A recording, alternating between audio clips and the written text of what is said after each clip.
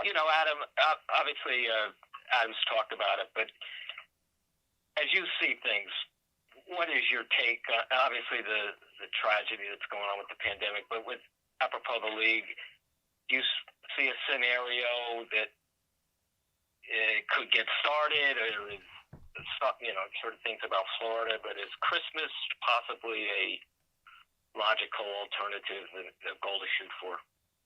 What's your take? I don't know any of that. I think Adam has some tough decisions, but I trust him and what he's doing. The board of governors, I think they're going to do what's best. But I'm holding out hope that we're still going to play the basketball this year. But that's just me being a fan. I don't really have any inside information on that.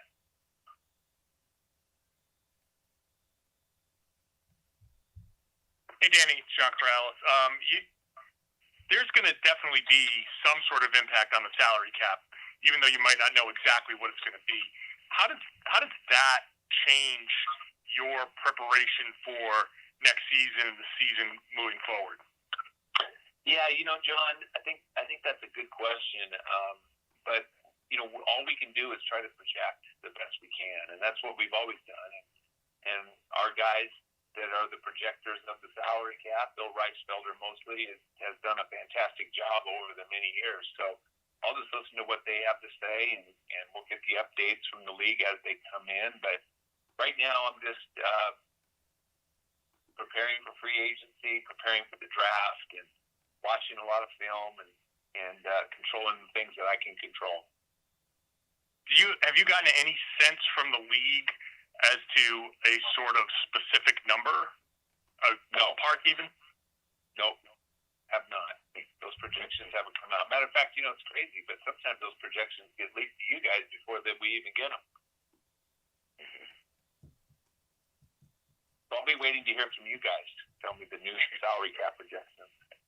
Or I guess Woj. Yeah, right.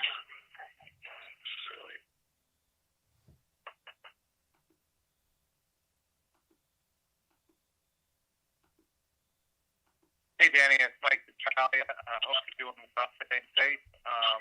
Like the shots of you, pictures of you getting up shots in the backyard. That was nice. Nice touch. That was mostly directed toward Jason. Just to let him know that I had a hoop right there. You can come use it anytime you want. It's all his. I'm sure it was well received. I can even loan him Little Wheezy Dog too to play defense for him on his ball handling drill. Anything to work on quickness, right? That's right. I guess that does lead me into what my basic question was, and what kind of challenge has it been for you and Brad to stay in touch with, not only stay in touch with all of your players, but make sure they're doing the best they can for themselves during this kind of unprecedented shutdown? Yeah, I mean, this is a time for the really self-motivated that are going to be able to take advantage of this opportunity in their career to get stronger, to get in greater condition. We're approaching this like we're going to return to play, and that we're going to be playing playoff basketball. And so we are staying in touch. We are having conference calls where we have guest speakers, motivational speakers that address all of our guys on Zoom, and we are doing workouts with the coaches and with the strength coaches, via Zoom and so forth. So, we're trying to do all we can. Some players are better than others at doing things on their own and doing extra work. And some players are more compliant than others. Some are harder to reach than others. But for the most part, I've been impressed with how much our players have bought in and the work that's going on behind the scenes. Thanks, Danny. Danny, who are some of the people you guys have had as guest speakers for the team? Maybe I don't want to say that, Adam, just because maybe they'll get bombarded by other people that read this. I don't know, but we've had Mark Wahlberg was great. He was a lot of fun. Our players got a good kick out of him. He had some really good stories. LL Cool J was his story is pretty fascinating. Jim Cash, who's always magnificent to listen to, has some great wisdom and knowledge for the players. And we had Dr. Myron Roll, who has a fascinating story here at Mass General. So, yeah, we've had some very inspirational speakers. The general culture looks to the athletes for inspiration and direction. Yes, I mean, even when they run those PSAs on NBA TV, it's like something that kids are really looking for hope. Yeah. The NBA has, like, a lot of players have done, a lot of people, I would say, but yeah, in the NBA, the circle we live in, but I've been impressed with so many neighbors and people that are reaching out and helping so many in need, and it's very inspirational to see that, and it's good that our players are doing that too.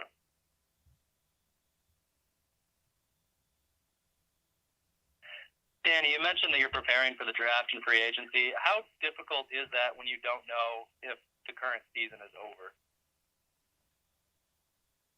It's not difficult. I mean, you still have to study and watch players.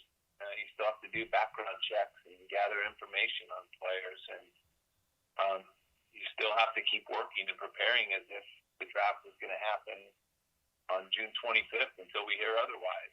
I don't think any of us anticipate that will be the case, but it's possible, and so we're just preparing as if it is.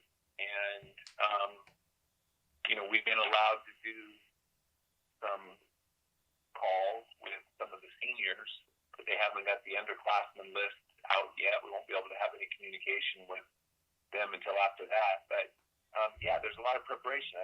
We just had the reason I was a few minutes late is we were just finishing up a conference call with my staff, and we do that 3 or 4 days a week, and we go through entire conferences and talk about all the players in the whole conference, and that's what we've been doing this morning.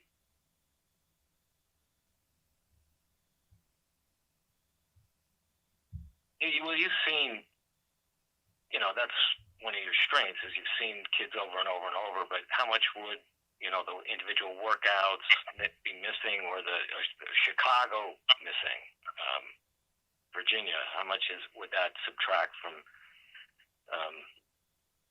what you put into the draft process?